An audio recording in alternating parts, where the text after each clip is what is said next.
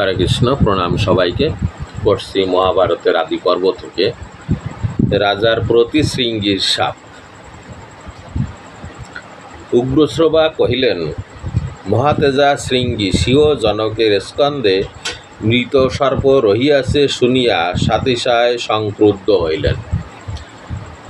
তারপরে সখা কৃষ, সেও তাকে এরকম উস্কাচ্ছে। তার যতটা না ক্রোধ প্রথমে হয়েছিল, পরে আরও বেশি হচ্ছে, এবং মৃদস্বরে কৃষকে জিজ্ঞাসা করিল, কৃষ, কিরূপে আমার পিতার স্কন্ধে মৃত সর্প সংলগ্ন হইল? কি করে, তুমি বিস্তারিতভাবে বলো।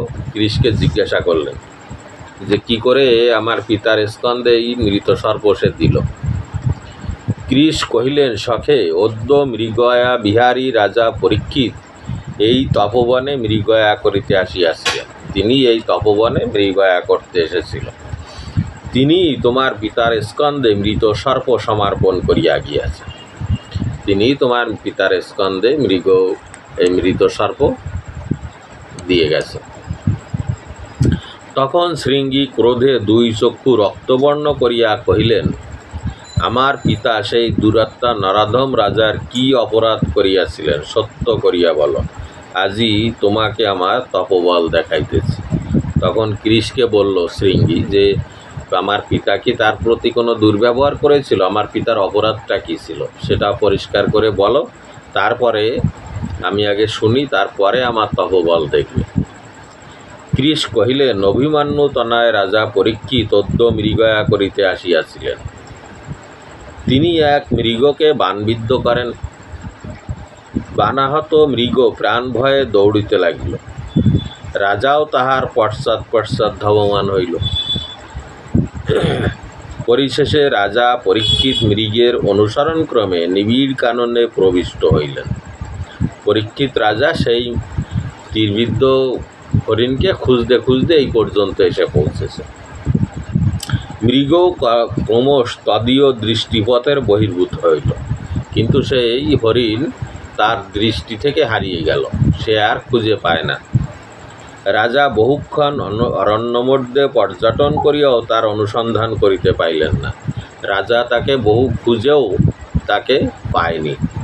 তখন তিনি ক্ষুদ পিপাসায় একান্ত কাতর হইয়া তোমার পিতার সান্নিধানে গমনপূর্বক বারংবার জিজ্ঞাসিতে লাগলেন। তখন সে ক্লান্ত হয়ে পড়েছেন এবং পিপাসিত। সেই কারণে তোমার পিতার কাছে এসে বারবার জিজ্ঞাসা করছে, মহাশয়, আপনি একটি সর্বিদ্ধ মৃগকে স্থান দিয়া পলায়ন করিতে দেখিয়াছেন? যে সেই সর্বিদ্ধ হরিণটি এই দিক দিয়ে গেছে কিনা সেটা তোমার পিতাকে জিজ্ঞাসা করছিল। তোমার পিতা মৌন ব্রত অবলম্বী, সুতরাং ভালো মন্দ কিছুই বলিলেন না। তোমার পিতা যেহেতু মৌন ব্রত অবলম্বন করেছে, সে কোনো কথার উত্তর দেয়নি। তন্নিমিত্ত রাজা ক্রুদ্ধ হইয়া নিজ স্বরাসনের অগ্রভাগ দ্বারা মৃত সর্প উত্তোলন পূর্বক তাহার স্কন্ধ দেশে সংলগ্ন করিয়া দিলেন। তোমার পিতা কোনো উত্তর দিচ্ছে না দেখে তিনি সেই তীরের মাথায় দিয়ে এক মৃত সর্প তোমার পিতার গলায় ঝুলিয়ে দেয়।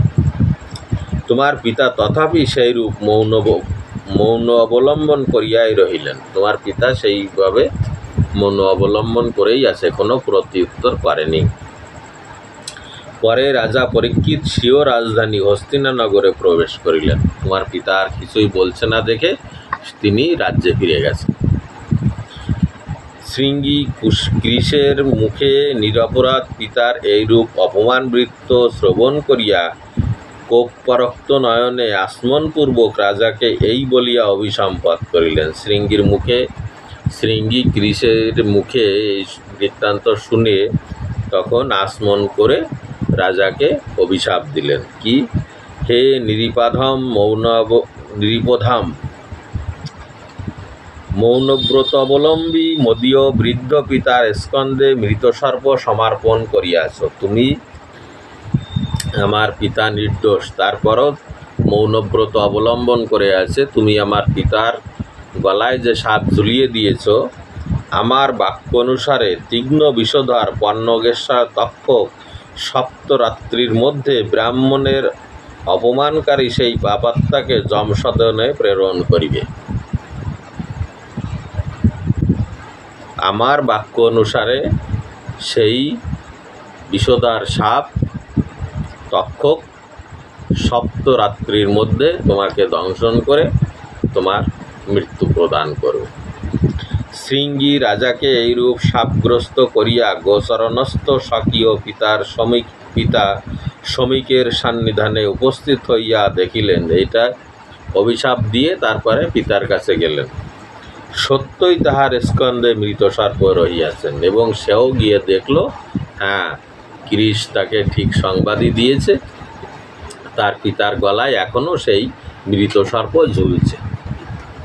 তিনি তদ্দর্শনে পুনর্বার সাতিশয় সংক্রুদ্ধ হইয়া মনোদুঃখে রোদন করিতে লাগিলেন।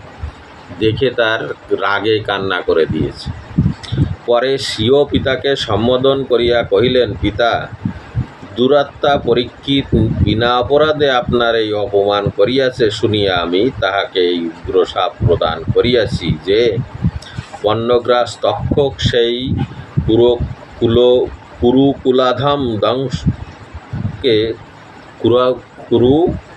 কুলাধামকে দংশন করিয়া অদ্য হইতে সপ্তম দিবসে যমালয়ে প্রেরণ করিবে। তখন সে তার পিতাকে বলল যে, বাবা, আমি এটা শুনে তাকে অভিশাপ দিয়েছি, 7 দিনের মধ্যে তাকে তক্ষক দংশন করে তার মৃত্যু হবে। শ্রমিক কুপিত পুত্রের এই অহিত অনুষ্ঠান শ্রবণ করিয়া কহিলেন, তখন তিনি আর ধৈর্য ধরে থাকতে পারলেন না। তিনি তখন বললেন, সেই শ্রমিক মুনি মৌনব্রত অবলম্বন ত্যাগ করে বললেন, হে পুত্র, তুমি রাজা পরীক্ষিতকে শাপ দিয়া অতি কুকর্ম করিয়াছ। তখন তিনি বললেন যে, তুমি এই অভিশাপ দিয়ে বিরাট অন্যায় করেছ। আমি ইহাতে প্রীত হইলাম না। তপস্বীগণের এরূপ ধর্ম নয়। যারা সাধনা করে, তপস্যা করে, তাদের কর্ম এটা নয়। আমরা সেই রাজার অধিকারে বাস করি। তিনিও ন্যায়পূর্বক আমাদিগকে রক্ষা করিয়া থাকেন,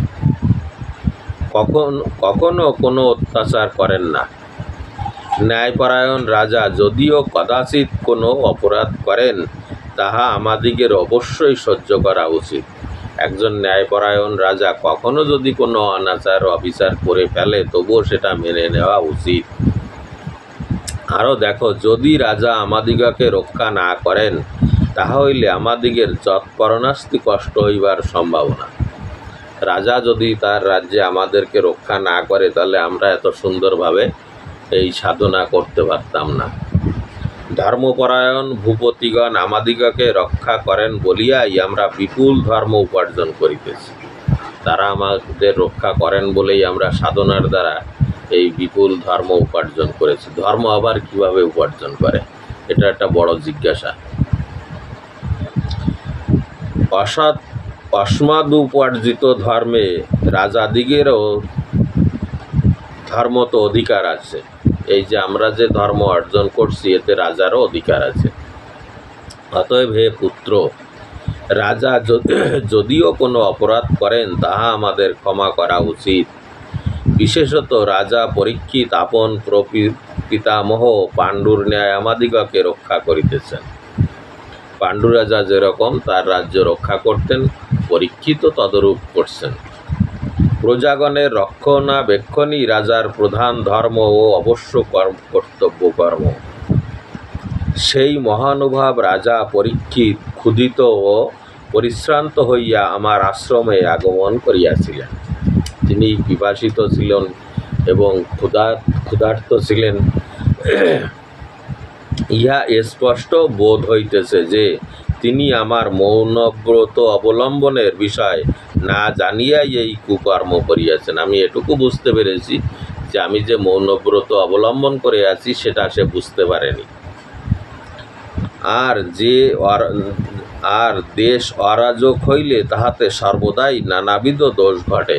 দেশে যদি অরাজক হয়, নানা রকম দোষ তখন ঘটে, এবং লোক সকল উচ্ছৃঙ্খল ও উদ্বিগ্ন হইয়া কোনো ধর্মকার্যের অনুষ্ঠান করিতে পারে না। লোক তখন উচ্ছৃঙ্খল হয়ে যায়, কোনো ধর্ম অনুষ্ঠান তারা করতে পারে না। রাজা উচ্ছৃঙ্খল লোকদিগের প্রতি দণ্ডবিধান করেন। রাজদণ্ড ভয়ে পুনর্বার ধর্ম ও শান্তির সংস্থাপন হয় এবং ধর্ম হইতে স্বর্গ সংস্থাপিত হয়।